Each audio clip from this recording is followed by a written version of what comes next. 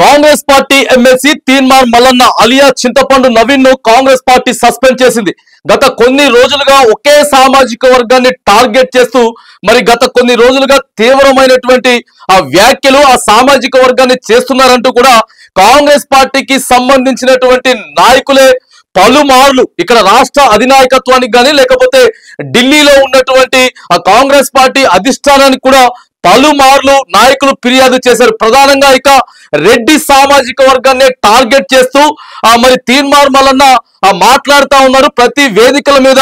ఇది కాంగ్రెస్ పార్టీకి సంబంధించినటువంటి అంశం, ఇప్పటికే రాంగ్ గా మెసేజ్ పోతుంది అని చెప్పేసి కూడా రెడ్డి నాయకులంతా కూడా తీన్మార్ మల్లన్నపై ఇప్పటికే పలుమార్లు ఫిర్యాదులు చేయడం తోటి మాత్రానికి ఈ రోజు కాంగ్రెస్ పార్టీ మాత్రానికి ఒక కీలక నిర్ణయం అయితే తీసుకుంది. ప్రధానంగా తెలంగాణ రాష్ట్రానికి ఏఐసిసి ఇన్ఛార్జ్ గా కొత్తగా వచ్చినటువంటి మీనాక్షి నటరాజన్ గారు మాత్రానికి ఈ నిర్ణయం అయితే ఆమె తీసుకున్నారు అనేది పార్టీ సిద్ధాంతాలకు వ్యతిరేకంగా గత కొన్ని రోజులుగా తీన్మార్ మల్లన్న కార్యకలాపాలు చేస్తున్నారంటూ ఆ తర్వాత ఇక మల్లన్నపై వేటు పడినటువంటి వేటు వేశారనేది కూడా క్లియర్ గా కనబడతా ఉంది.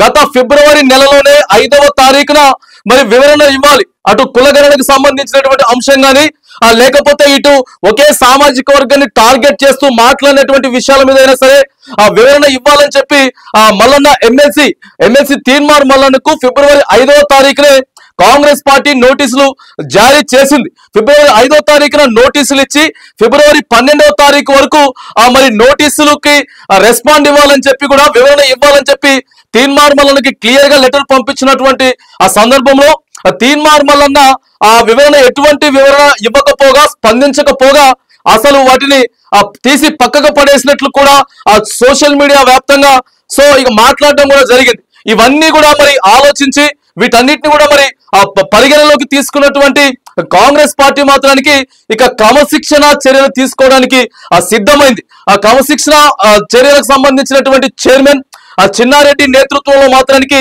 ఈ రోజు పార్టీ అయితే నిర్ణయం తీసుకున్నది. చెన్నారెడ్డి పేరుతో కూడా సస్పెండ్ ఆర్డర్ ను రిలీజ్ చేసింది కాంగ్రెస్ పార్టీ. ఆ రిలీజ్ అయినటువంటి ఆ నోటీస్ కూడా ప్రస్తుతం సోషల్ మీడియాలో విస్తృతంగా వైరల్ అవుతా ఉంది. ఇక ఇటు చూసుకుంటే పార్టీకి సంబంధించినటువంటి పిసిసి అధినేత మహేష్ కుమార్ గౌడ్ కూడా క్లియర్ గా తీన్మార్ మల్లన్నకి ఇచ్చినటువంటి సస్పెండ్ ఆర్డర్ల మీద కూడా స్పందించారు.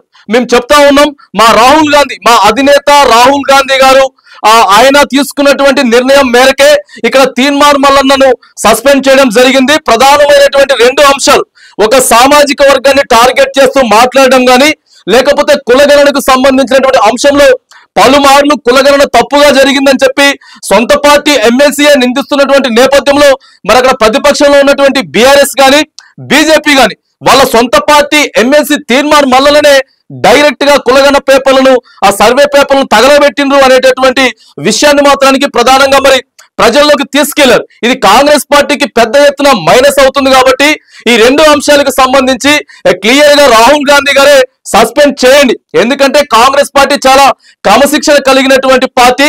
ఎవరైనా సరే కానీ గత కొన్ని రోజుల నుంచి కాంగ్రెస్ పార్టీ కూడా తీన్మార్ మల్లన్నను ఉద్దేశించే క్లియర్ గా కూడా ఒక వార్త అయితే వాళ్ళు చెప్తా ఉన్నారు. ఎంతటి వారైనా సరే ఆ పార్టీ క్రమశిక్షణ చర్యలను ఉల్లంఘించి ఎవరైనా కార్యకలాపాలు కానీ లేకపోతే మాట్లాడడం కానీ జరిగితే సస్పెండ్ చేయడంలో ఎలాంటి డౌట్ లేదు.